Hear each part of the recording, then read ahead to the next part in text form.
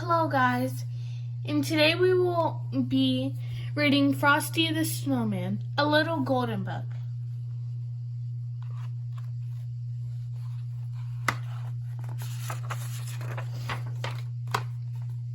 It all started with snow, the first snow of the season. As every child knows, there's a certain magic to the first snow, and when it falls on the day before Christmas, something wonderful is bound to happen. Children, back to your seats, called the teacher. The snow can wait. I've hired Professor Hinkle, the magician, to entertain us for our Christmas party. Unfortunately, Professor Hinkle was just about the worst magician in the world. And so I put the eggs into my magic hat, said Professor Hinkle. Abracadabra. And the eggs have turned into a mess. Where's my rabbit? Hocus Pocus, where are you? He didn't know that his rabbit, Hocus Pocus, was hiding in the hat.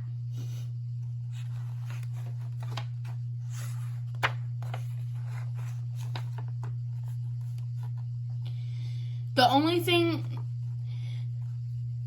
thing this hat is good for is a trash can, said Professor Hinkle. But the hat didn't stay in the trash for long. The hat, with Hocus Pocus underneath, popped out the door. That was when the bell rang. The children were free for the whole Christmas holiday.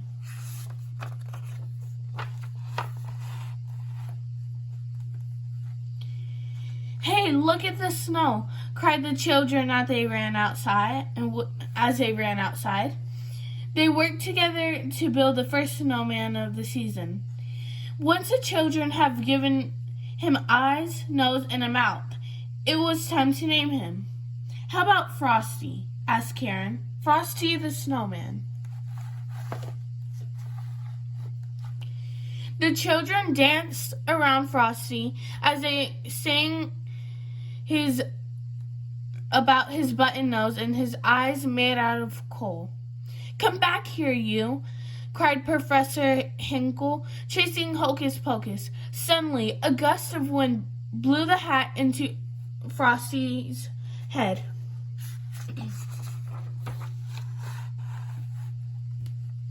Happy birthday, said the snowman. Karen gasped and said, that hot hat brought Frosty to life. It must be magic. When Professor Hinkle heard that, he wanted the hat back. But it's not yours anymore, protested Karen. This hat will make me a millionaire, said the greedy magician, taking the hat back. Hocus Pocus felt that hat really did belong to Frosty, so he hopped back to Frosty and the children as fast as he could to return the magic hat.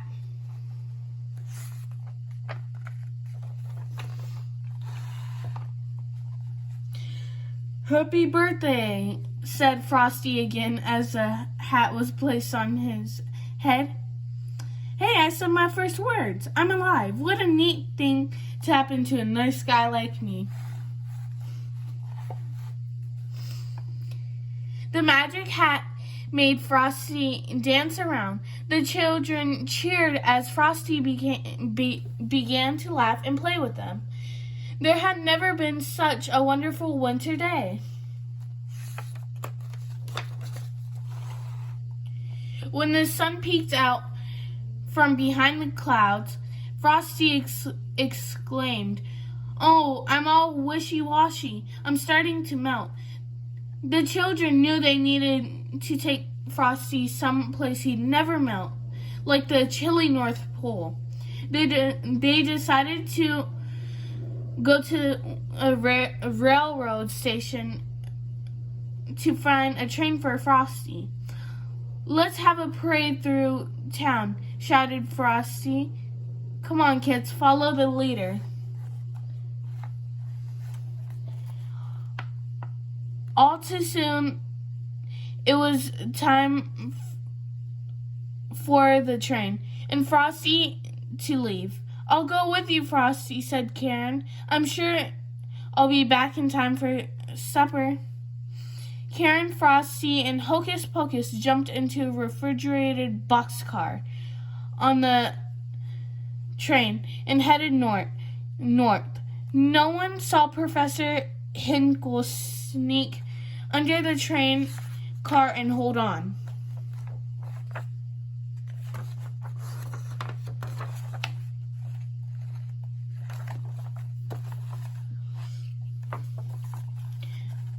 A refrigerated boxcar is a splendid way to travel. Splendid, that is. If one is a snowman or a furry-coated rabbit. But for a little girl like Karen, it was just too cold. So when the freight train made a stop, Frosty got them all out. No one saw Professor Hinkle jump off too. Frosty took Karen and Hocus Pocus to a wooded glen, where they found animals decorating the trees for a big celebration. They knew Santa Claus was coming that night. After Hocus Pocus spoke to the animals, they agreed to build a campfire to keep Karen warm. But it didn't take long for Professor Hinkle to catch up with the friends.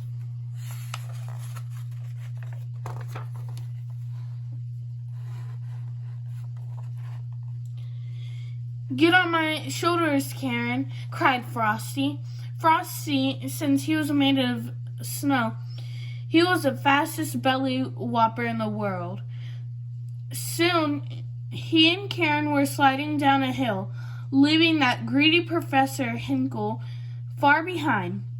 At the bottom of the hill was a tiny greenhouse for tropical poinsettias. I can't pronounce that. For Christmas. It was a perfect place for Karen to stay warm. "Frosty, you'll melt in there," warned Karen. "I'll only stay inside for a minute," Frosty assured her. But that nasty Professor Hinkle caught up with them. Once again, he locked the door, trapping the friends inside.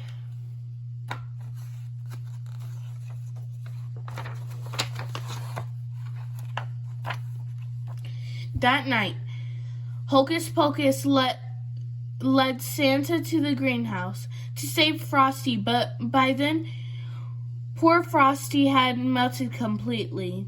"Don't cry, Karen," Santa said kindly. "Frosty's not gone for good.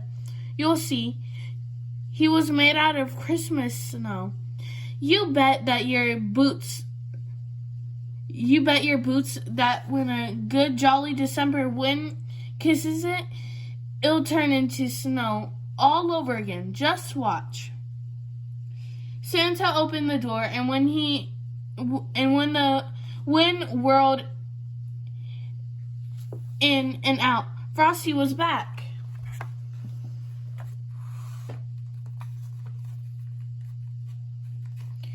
Santa was about to place a magic hat on Frosty's head when Professor Hinkle shouted, "I want that hat, and I want it now."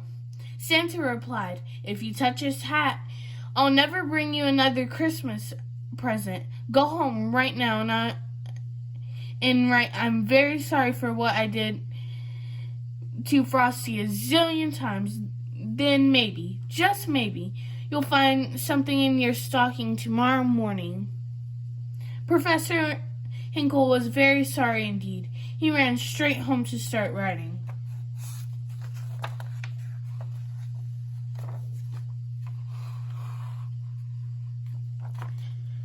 "Happy birthday," said Frosty once more. Karen was happy to see her friend again, but now it was time to go home. Santa put Karen in his sleigh and promised her that he would take Frosty back to the North Pole with him. Karen hated to say goodbye to Frosty, but Santa that Frosty could return every year with magical Christmas snow.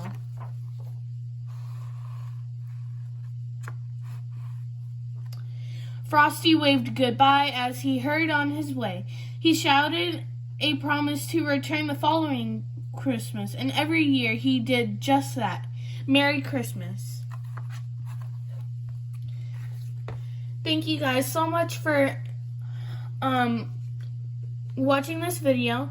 Make sure to like and subscribe to see more to see me read more books. Thank you again. Bye.